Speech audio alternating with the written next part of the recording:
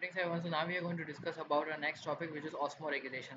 Now, when it comes to the term osmoregulation, simply refers to the maintenance of water and solute potential outside water and solute potential of the inner environment of the body compared to the external changing environment.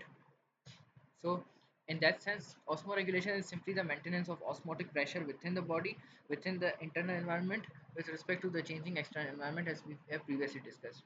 Before discussing osmoregulation, it's important to understand these three terminologies based on tonicity.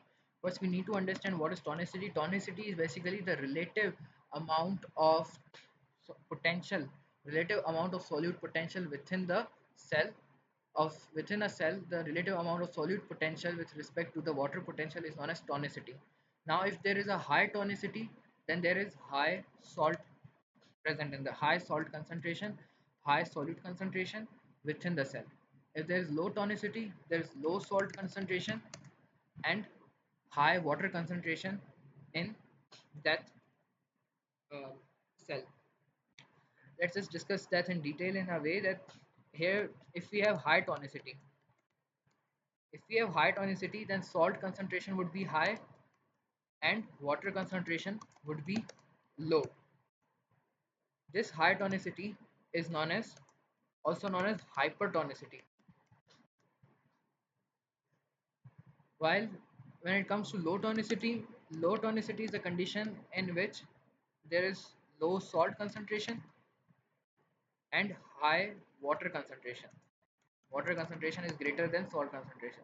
So in that sense, that would be considered as hypotonicity, because hypo word refers to low. So these are two conditions which are known as hypertonicity and hypotonicity. If we talk about another condition in which uh, salt concentration and water concentration both are equal with respect to the external environment, then at that moment that would be considered as equal tonicity, and that equal tonicity is named as isotonicity. Iso means same and tonicity tonic. Tonicity means the amount of uh, you know uh, amount of fluid and the amount of tonic characters. So now in that sense, there are three types of solutions in the cell with respect to uh, the amount of salt and water concentration: hypotonic solution, isotonic solution, and hypertonic solution. Let's suppose if we have a marine environment. In marine environment, what we have is, within a marine environment, we have got high salt concentration and less water concentration. So in a marine environment, there is a high salt concentration, high salt, low water concentration, high salt, low water. And at the same moment, we have got a cell inside that uh, that sea, right, in that marine water. This is a cell, it's a bit enlarged.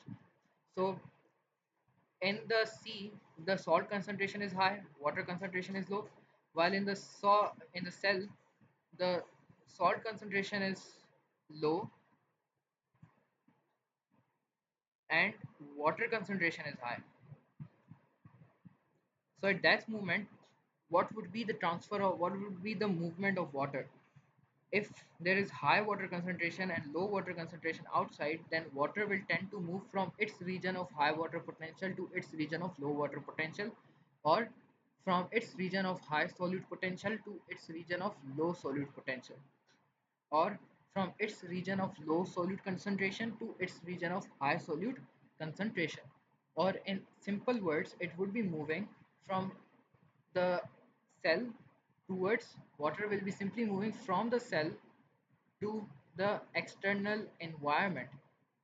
Water will be moving from the cell to the external environment because of the high water potential, high solute potential, low solute concentration inside the cell, and high solute concentration, low water potential, and low solute potential outside the cell or in the marine water, due to which water will tend to move outside. And as water will tend to move outside, what will happen to the cell is that the cell will start to shrink. The cell will start to shrink. as a result of which this will lead to dehydration and shrinkage of the cell will occur, due to which cell's metabolic activities will be altered. On the other hand side, if let's suppose if we have another environment, we have freshwater environment. In freshwater, water concentration is high and solute concentration is low. And again, we are having a cell. Now, as water concentration is high in the external environment and solute concentration is low, then the internal environment should have water potential as low and solute concentration as high.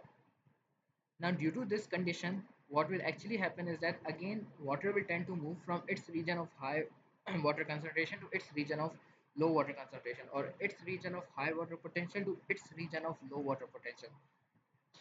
Or in other words, it can also be defined in terms of solute potential, that from its region of solute high solute potential to its region of low solute potential, or in terms of solute concentration as moving from its region of low solute concentration to its region of high solute concentration.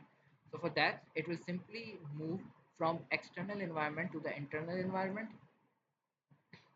simply move from the external to the internal environment from its region of high water and low solute concentration, and towards its region of low water and high solute concentration. So when water will tend to move from outside to inside, and at that moment the water concentration inside the cell will start to increase. Water concentration will start to increase. As water concentration inside the cell will start to increase, this will cause the cell to swell up. This will cause the cell to swell up, and thus ultimately there will be a time when the walls of the cell, there are no cell walls in animals, but there are cell membrane. The membrane of the cell will be unable to tolerate the pressure which is being exerted over the cell membrane, due to which the cell membrane will ultimately burst out, and again the cell will die. So if this is the condition, that is also a fatal condition and unfavorable condition for cell. So these are the two conditions which are unfavorable. But if we talk about another condition in which there is the water and solute concentration outside the cell is equal to the water and solute concentration inside the cell, then what will happen is that there wouldn't be any sort of osmosis occurring. No osmosis will occur because water and solute potential, water and solute concentration are exactly same on the outer and inner side, on the external and internal environment, due to which no solute concentration and no osmosis will occur, and thus the environment would be considered as stabilized. It would be an isotonic environment, stabilized environment. Now, when it comes to on the basis of this, we are going to study a few things regarding osmoregulation in animals, on the behalf of how animals regulate their body systems. So on the behalf of how animals regulate their body systems, we have classified animals into two major types, which is osmoregulators and second is osmoconformers. When it comes to osmoregulators, those animals which are able to regulate their internal environment with respect to their changing external environment are known as osmoregulators, which are able to change their internal environment with respect to the external changing and which are able to keep a constant internal state with respect to the changing external environment, which are able to create a constant internal state with respect to the changing external environment. While osmoconformers are those animals which are able osmoconformers are those uh, animals which are not able to change, which are not able to maintain a constant internal state with respect to the changing external environment, which means their internal state is isotonic to their external state, and osmoregulators maintain hypertonic or hypotonic state with respect to their external environment. Now, one more thing that I'd like to highlight over here is about uh, you know uh, The ability of osmoregulators. Osmoregulators perform osmosis in order to maintain their internal state constant with respect to the changing external environment, while osmoconformers are one in which there is no osmoregulation occurring, no osmosis occurring. Osmoregulators are mostly freshwater organisms, mostly freshwater, but there are exceptions as well. For example, we have exception of bony fish. Bony fish is, the ostrich thighs.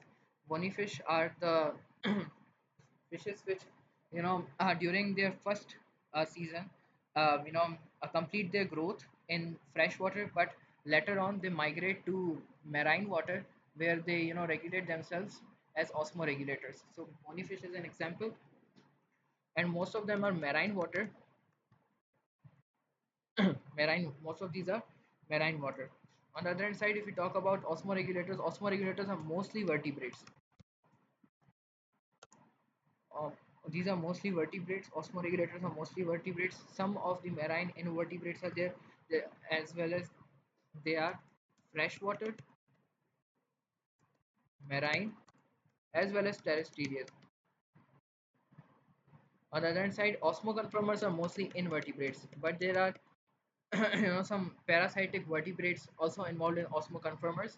Parasitic vertebrates, parasitic vertebrates, which are involved in the subclass Myxini and cephalosporomorphy.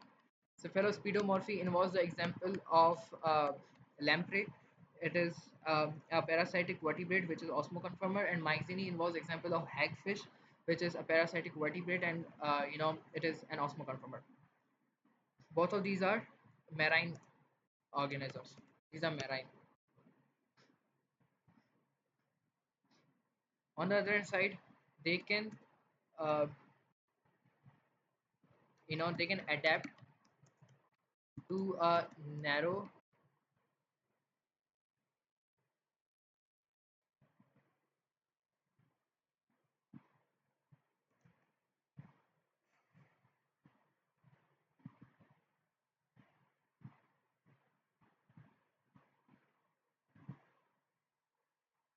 osmo Regulators can adapt to a wide range of salinities. They can adapt to a wide range of environmental changes because they have the capability to change their environment with respect to their external environment.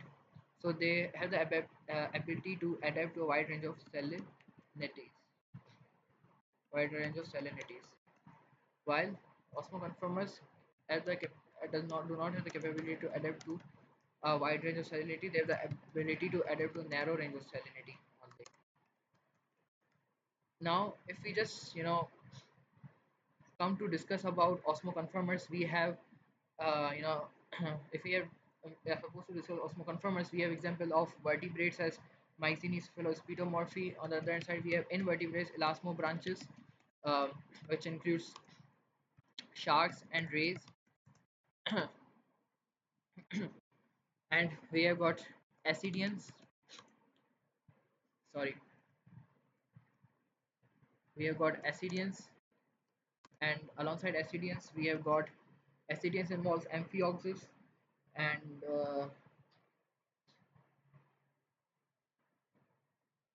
yes, we've got some acidians which are involved in the class Urochordata, subphylum Urochordata actually. And apart from that, we have got you know mussels. We have mussels, snails, jellyfish, which are all examples of osmoconformers. When it comes to osmoregulators, we have most of the vertebrates.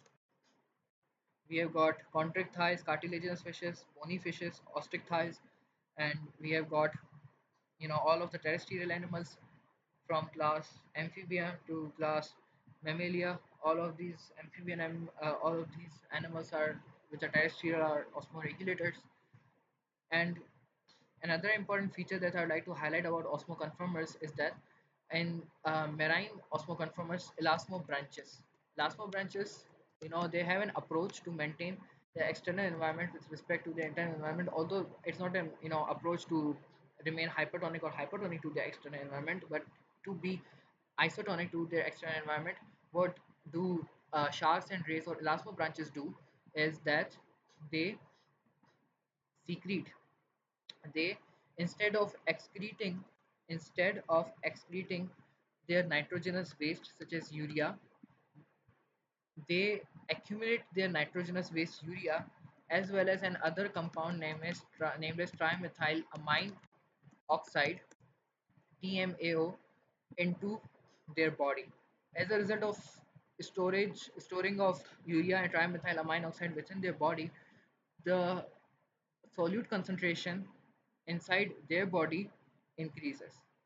Solute concentration inside their body increases. Let's suppose this is a shark. It's Let's try to draw a shark. So let's suppose it's a rough structure of a shark, right? So within the shark, if there is you know uh, accumulation of urea and trimethylamine oxide, the solute concentration would be increased and water concentration would be decreased.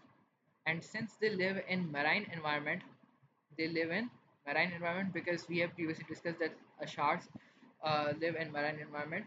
So cartilaginous contractiles live in marine environment, such that when they live in marine environment, their marine environment has salt concentration increased and water concentration decreased.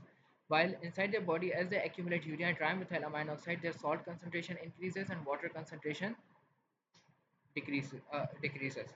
So when the accumulation of urea and trimethylamine oxide occurs, that accumulation causes the tonicity of the shark and rays elasmobranches to be greater than the tonicity of the external environment or the marine water, due to which, as a result of increasing tonicity, salt concentration of the shark and rays becomes greater than salt concentration of the external environment or marine water, due to which external environment salt concentration is decreased and water concentration is increased with respect to the increasing salt concentration of the elasmobranches.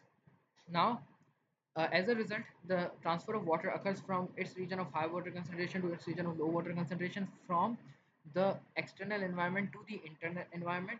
As a result of which, the organisms are then the shark and rays elasmobranches are then able to, uh, you know, get water by accumulating these organic compounds into their body. But there's a problem. Urea is a toxic compound. It is a cow-tropic compound. Cow-tropic compound is a denaturing agent which causes to break the ionic and covalent bonds between the amino acid residues of the proteins of elasmobranches. So, in order to prevent that, there is an other, uh, uh, you know, compound which is, which another compound which is accumulated in the body of elasmobranches, which is known as trimethylamine oxide. Trimethylamine oxide has an opposite effect. It causes to prevent the destabilizing protein effect, the protein destabilizing effect of urea. It prevents the protein destabilizing effect of urea, due to which the protein destabilization by urea is stopped by trimethylamine oxide. So trimethylamine oxide over here have two functions. Number one is prevention of water loss. Water loss is prevented. And number two is the prevention of destabilizing effect, prevention of protein destabilizing effect.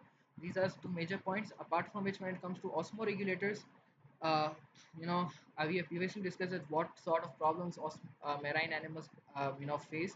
Marine animals face the problem of cell shrinkage, such that they have the fear of moving the water from the internal to external environment, due to which the cell can shrink, the cytoplasm can shrink, and ultimately metabolic activities can stop. But freshwater animals have the opposite fear. They have the fear of flooding, such that their water can enter inside their cells, and due to the water being inside their cells, can cause the organisms to swell up their cells, and thus the cell can burst. So these are two major problems. While in terrestrial animals, there is another big problem, that water is continuously evaporated from their body, and alongside body being evaporated directly from their body, they face dehydration, alongside which water loss occurs at the time of breathing, at the time of excretion. So, for that, the terrestrial animals have the problem of, yes, terrestrial organisms have the problem.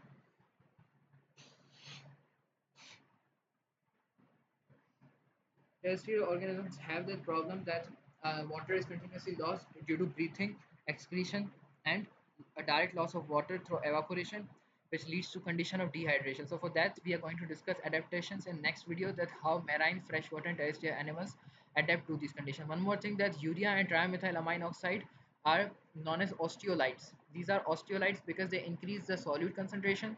So there's a specific terminology given to them, which is known as osteolytes. um, I guess this is all about today's video. Hopefully you enjoyed it, and hopefully we meet again with another informative concept.